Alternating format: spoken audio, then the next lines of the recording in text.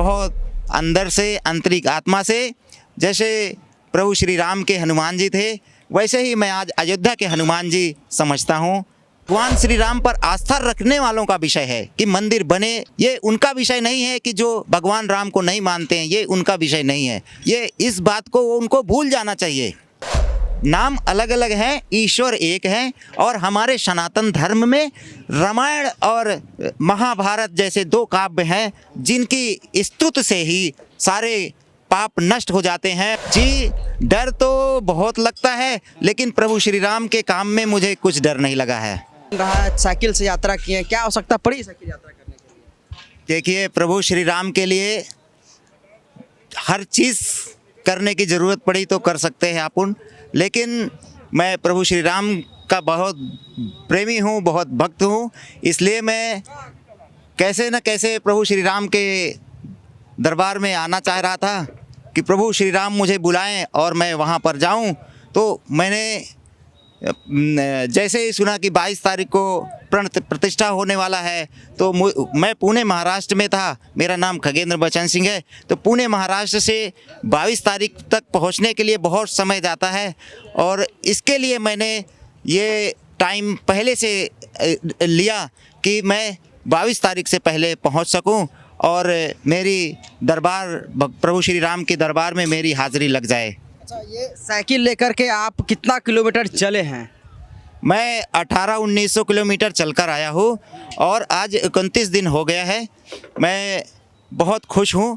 मुझे प्रभु श्री राम के कार्य में कोई अड़चन नहीं आया, और प्रभु श्री राम के आज दरबार में देख करके, अयोध्या नगरी को देख करके मैं बहुत प्रसन्न हो गया कि ऐसी भव्य दिव्य पूरे विश्व का जो धरोहर है, ये अयोध्या धाम में सब उतर करके आ रहे हैं, ऐसा मुझे प्रतीत हो रहा है। क्या क्या है आपके साइकिल में जो इतना लंबा यात्रा करने में आपको सहयोग किया है?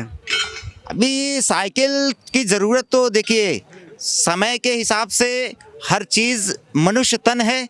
इस मनुष्य तन में हमें कुछ अपने से भी करना पड़ता है। तो उस हिसाब से कहते हैं कि जब मनुष्य तन, भगवान तब उसको बनाते हैं कि वो भगवान के लिए कुछ कर सके।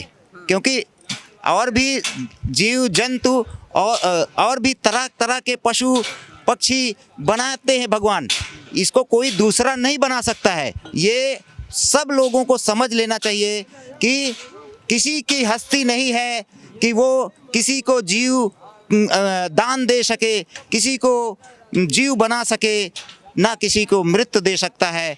तो प्रभु श्री राम ही हैं जो उसको ज्ञान देते हैं, उसकी रक्षा करते हैं। तो मैं प्रभु श्री राम पे विश्वास करता हूँ। प्रभु श्री राम ने ही मेरी नैया यहाँ तक पार लगाई है। इतना लंबा सफ़र आप तय किए, डर नहीं लगा रास्ता में? जी, डर तो बहुत लगता है, लेकिन प्रभु श्री राम के काम में मुझे कुछ डर नहीं लगा है। मैं अपने प्रभु श्री राम के दरबार में आ गया हूँ, अब तो और भी मुझे डर नहीं लगता है। और यहाँ का नज़ारा देख करके मैं बहुत प्रसन्न हूँ और बहुत खुश हूँ। कैसा लग रहा है अयोध्या? अयोध्या नगरी एकदम स्वर्ग की नगरी लग रही है।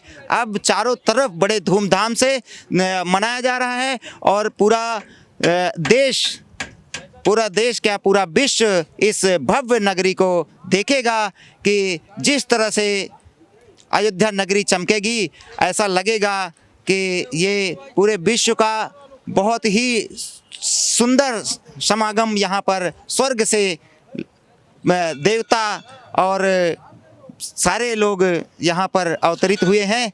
उस दिन 22 तारीख को सबको दिख जाएगा। 22 तारीख को सबको दिख जाएगा। और ये देखिए, बिल्कुल छोटी सी साइकिल जिससे 1800 किलोमीटर का इन्होंने पूरा का पूरा रास्ता तय किया। और प्रभु श्री राम के लिए ये अनन्य भक्ति, आप सोच सकते हैं इस कड़ाके की ठंड में साइकिल चला करके प्रभु श्री राम के लिए अयोध्या पहुंचना, कितने सच्चे राम भक्त की ये निशानी पेश कर रहे हैं। जय श्री राम। देखिए, मैं भगवान के लिए तो पैदल ही यात्रा करना सोचा था, लेकिन समय कम होने की वजह से मैंने साइकिल का भी चयन किया। और जैसा कि प्रभु श्री राम मुझे आज्ञा, ऐसा लगता है कि प्रभु श्री राम ने तो मेरी बहुत परीक्षा ली स्टार्ट में, लेकिन जैसे मैं चला तो उसके बाद एक रात तो कैसे भी कट गई, दूसरे रात से ऐसा लग रहा है कि प्रभु श्री राम मेरे इर्द गिर्द में, मेरे आसपास में रहते हैं, ऐसा मुझे प्रतीत हुआ है। इतना भक्ति के लिए जज्बा कहाँ से लेके आते हैं? ये जज्बा नहीं होता है, ये भगवान खुद उनको चुनते हैं जो उनके लिए होते हैं। कहीं ना कहीं अगर कोई सोचता होगा जो इस खबर को देख रहा हो कि 1800 किलोमीटर लगातार साइकिल चलाना, उनके लगता हो कि कितना बड़ा ये पहाड़ है। आजकल के युग में लोग कार से उतना लंबा सफ़र तय नहीं करना चाहेंगे, एरोप्लेन से जाना चाहेंगे, और आप साइकिल से आ गए अपने प्रभु श्री राम के लिए। मैं प्रभु श्री राम तो भाई वही संसार को चलाने वाले वही हैं। ईश्वर एक है, नाम अलग अलग हैं, नाम अलग अलग हैं, ईश्वर एक है। और हमारे सनातन धर्म में रामायण और महाभारत जैसे दो काव्य हैं जिनकी स्तुति से ही सारे पाप नष्ट हो जाते हैं, और इनके काव्यों के दर्शन मात्र से ही सब विधि विधान और संयम, सब आदर्श हम प्राप्त कर लेते हैं। ऐसा मैं सभी भक्तों से कहना चाहूँगा कि वो इसको भूले नहीं। अच्छा, कुछ लोग तो कह रहे हैं कि मंदिर नहीं बनना चाहिए था, आप इतनी भक्ति के साथ यहाँ आ रहे हैं, कुछ लोग इस तरह से कह दे रहे हैं। देखिए, मंदिर बनने से किसी का कुछ नुकसान नहीं है। ये एक अफवाह है कि मंदिर नहीं बनेगा तो कुछ उनको फ़ायदा होगा, उनको कुछ फ़ायदा होने वाला नहीं है। मंदिर बनेगा या नहीं बनेगा ये उनका विषय नहीं है। ये मंदिर भगवान श्री राम पर आस्था रखने वालों का विषय है कि मंदिर बने या नहीं बने। ये उनका विषय नहीं है कि जो भगवान राम को नहीं मानते हैं, ये उनका विषय नहीं है। ये इस बात को उनको भूल जाना चाहिए कि ये मंदिर बनेगा या नहीं बनेगा, इस बात को उनको भूल जाना चाहिए। यात्रा में आपने यहाँ पे एक बार चाहेंगे दिखाइए, माननीय योगी आदित्यनाथ का जिक्र किया है बोर्ड लगा करके, इसका क्या संदेश? जी, मैंने इसलिए बोर्ड का लगाया है माननीय योगी आदित्यनाथ जी का, क्योंकि उनका जो पहरा है अयोध्या जी में प्रभु श्री राम के दरबार में माननीय योगी आदित्यनाथ जी का है पहरा, इसलिए उनका बोर्ड लगा के मैंने चला है। मैं माननीय योगी आदित्यनाथ जी को बहुत अंदर से, आंतरिक आत्मा से, जैसे प्रभु श्री राम के हनुमान जी थे वैसे ही मैं आज अयोध्या के हनुमान जी समझता हूँ। जय श्री राम। राम की पेड़ी में इस वक्त है, पीछे बगल में सरयू नदी बह रही है, कैसा आनंद आ रहा है आपको, इतना कष्ट करके आए हैं? जी, मैं बता तो रहा हूँ कि मुझे आज यहाँ का जो आनंद है शायद कभी पूरे इस जीवन में नहीं मिला होगा।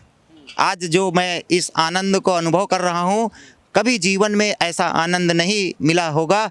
आज मैं जो मेरे इस सुखमय जीवन में ये सबसे अच्छा आज का दिन मैं समझता हूँ कि प्रभु श्री राम के दरबार में आया हूँ और पहली बार आया हूँ। अच्छा, साइकिल में एक बार चाहेंगे दिखाइए, भगवा झंडा को एकदम शान से लहराते हुए 1800 किलोमीटर पैदल चल करके लेकर आए हैं। जी हाँ, मैं ये जो शक्ति है, ये जो दिव्य